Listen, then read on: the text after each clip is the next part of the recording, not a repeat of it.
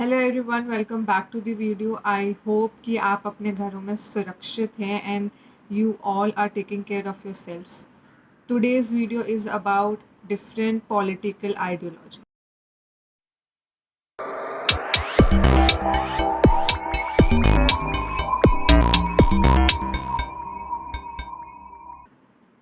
मैंने कितनी बार TV reporters, journalist, in fact social media पे भी ये टर्म यूज़ होते हुए देखा है कि this person belongs to a left wing और you are a leftist, absolutism, anarchism, conservatism.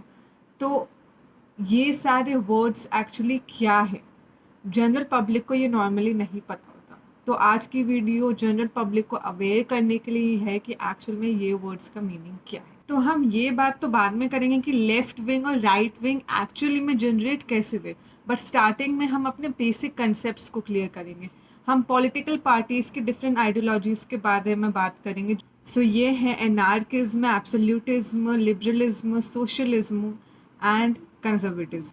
तो सबसे पहले बात करते हैं हम एनार्किज्म के बारे में। एनार्किज्म का मतलब है कि जो बिलीव ये करते हैं कि किसी भी कंट्री या किसी भी नेशन को एक गवर्नमेंट ऑपरेट नहीं कर सकती, वहाँ के पीपल ही अपने विल के हिसाब से उस नेशन को ऑपरेट करेंगे, वो बेस्ट है। But if a nation is under a control of a government then that operation will definitely fail. तो एनार्किज्म वो बिलीव है, वो थ्योरी है जो लोग ये सोचते कि गवर्नमेंट एक नेशन में ऑपरेट नहीं होनी चाहिए। काफ़ी लोग एनार्किस्ट्स को नक्सलवादियों के नाम से भी जानते हैं, बट ऐसा नहीं है। ये एक हम मिथ मानेंगे कि सारे एनार्किस्ट नक्सलवादी होते हैं। हाँ, हम ये कह सकते हैं कि द मेजॉरिटी ऑफ पॉपुलेशन जो एनार्किस्ट है दैट कैन फॉल इनटू नक्सलवादीज, बट जनरल लोग भी ये थिंकिंग रख सकते हैं कि नहीं, एक नेशन पे गवर्नमेंट का ऑपरेशन नहीं होना चाहिए and the nation should be operate through the individuals free will. तो ये कहना कि सारे एनार्किस्ट नक्सलवादी है, that is wrong. Next theory के हम बारे में बात करेंगे। ये थ्योरी है एब्सोल्यूटिज्म।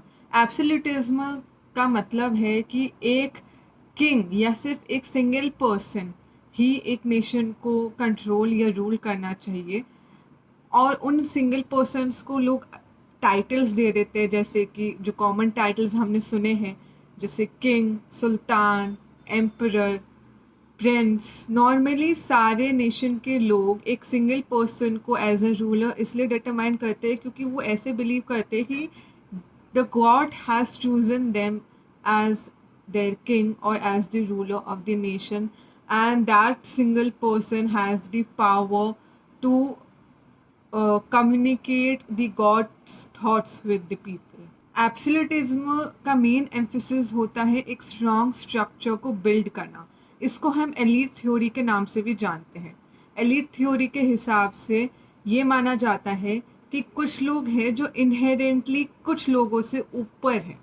तो सुपीरियर और इन्फीरियर का डिटर्मिनेशन होता है, और ये बोलते हैं कि जो सुपीरियर अथॉरिटी है वो हमेशा सरप्रेस करेगी इन्फीरियर अथॉरिटी को, उनके पास हमेशा पावर होगी ओवर द इन्फीरियर पीपल। अब हम नेक्स्ट थ्योरी के बारे में बात करते हैं जो कि है liberalism. Liberalism normally French revolution के बाद आया था, फ्रेंच रेवोल्यूशन के बाद आइडेंटिफाई हुआ था। लिबरलिज्म ये बात करता है कि एक इंडिविजुअल और सोसाइटी के बीच में रिलेशंस फिर से अफ्रेश स्टार्ट होने चाहिए, फिर से फ्रेशली बिल्ड होने चाहिए। लिबरलिज्म नॉर्मली एक इंडिविजुअल की राइट्स और रिस्पॉन्सिबिलिटीज़ के बारे में बात करता है। वो ये बताता है कि इंडिविजुअल की क्या क्या राइट्स होने चाहिए, ड्यूटीज़ होने चाहिए, वो कैसे अपने आप को प्रोटेक्ट कर एंड कैसे वो अपनी राइट्स को क्लेम कर सकता है। लिबरलिज्म मेनली इन आइडियाज़ को प्रमोट करता है कि इंडिविजुअलिज्म होना चाहिए, रैशनैलिटी होनी चाहिए, एक प्रोग्रेसिव सोसाइटी होनी चाहिए, फ्रीडम ऑफ चॉइस होनी चाहिए। इंडिविजुअलिज्म ये कहता है कि एक इंडिविजुअल की पावर ओवर सोसाइटी होनी चाहिए, एक इंडिविजुअल की उसको पता होना चाहिए कि उसकी राइट्स क्या है, वो डिटरमाइन कर पाए, उन राइट्स को क्लेम कर पाए। विद द राइट्स उसको अपनी रिस्पॉन्सिबिलिटीज़ भी पता होनी चाहिए। लिबरलिज्म थ्योरी ये भी कहती है कि एक इंडिविजुअल को एक प्रोग्रेसिव सोसाइटी के साथ बिल्ड करना चाहिए, प्रोग्रेसिव सोसाइटी का मतलब यहाँ पे है कि उसको न्यू आइडियाज़ देने चाहिए, न्यू आइडियाज़ को प्रमोट करना है। प्रोग्रेसिव सोसाइटी के साथ ही एक रैशनल ह्यूमन बीइंग फॉर्म होगा, जिसको पता होगा कि उसे कैसे एक कॉम्प्लेक्स डिसीजन मेकिंग करनी है, कैसे एक रैशनल थिंकिंग प्रूडेंट मैन की तरह सोच। इसमें थ्योरी काफ़ी ज्यूरिस्ट्स भी फॉलो करते हैं एंड काफ़ी ज्यूरिस्ट उसके सपोर्टर्स भी है।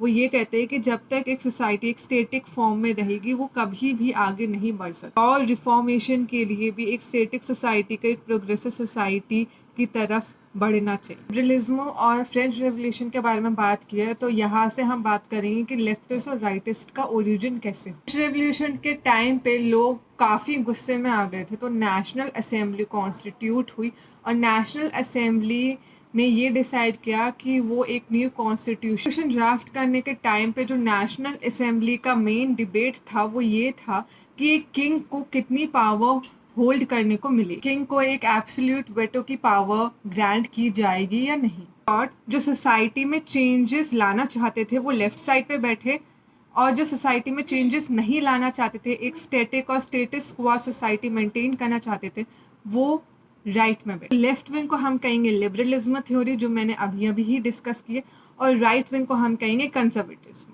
पता है कि जो कंजर्वेटिज्म थ्योरी है वो लेफ्ट विंग यानी कि लिबरलिज्म के एकदम अगेंस्ट है, एकदम अपोजिटम्स वैल्यू को कंजर्व करना चाहती है, प्रिजर्व करना चाहती है। वो ये नहीं चाहती कि वो न्यू चेंजेस और आइडियाज से एडल्ट्रेट हो। सोशलिज्म, अब जैसे ही हम सोशलिज्म के बारे में बात करते हैं हमें स्टीम इंजन के बारे में याद आ जाती है, और स्टीम इंजन का मतलब है इंडस्ट्रियल रेवोल्यूशन। जब यूरोप में इंट्रोड्यूस हुई थी वहाँ पे न्यू न्यू टेक्नोलॉजी सोसाइटी में इंट्रोड्यूस होने लगी, जैसे काफ़ी सारे एग्रीकल्चरिस्ट को अपने कन्वेंशनल मेथड्स छोड़ के अनकन्वेंशनल मेथड्स न्यू टेक्नोलॉजी की तरफ मूव करना पड़ा। सोशलिज्म का एम्फेसिस इसमें है कि एक इंडिविजुअल का इनहेरेंट नेचर है कि वो सोशलाइज बीइंग है, इसलिए स्टेट की वेलफेयर के लिए हमें सिर्फ एक इंडिविजुअल को आइडेंटिफाई नहीं करना चाहिए बल्कि पूरी सोसाइटी को आइडेंटिफाई करना चाहिए। और स्टेट का मतलब हो गया कि पुअर को सब्सिडीज प्रोवाइड करना, अनएम्प्लॉयड पर्सन्स को वर्क अपॉर्चुनिटीज प्रोवाइड करना। This is the end guys. Comment section में मेरे को